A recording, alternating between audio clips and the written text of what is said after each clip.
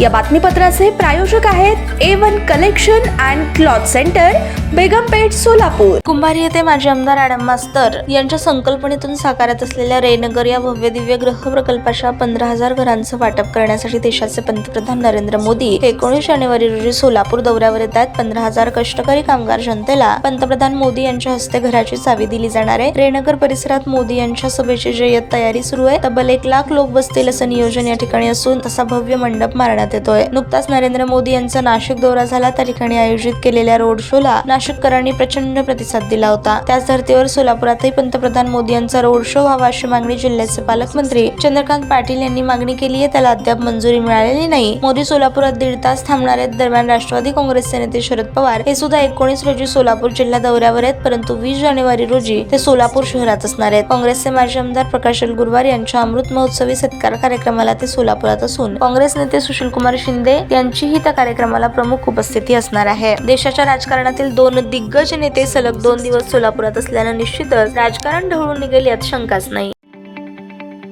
ताज्या बातम्या पाहण्यासाठी प्राईम महाराष्ट्र न्यूज चॅनलला सबस्क्राईब करा।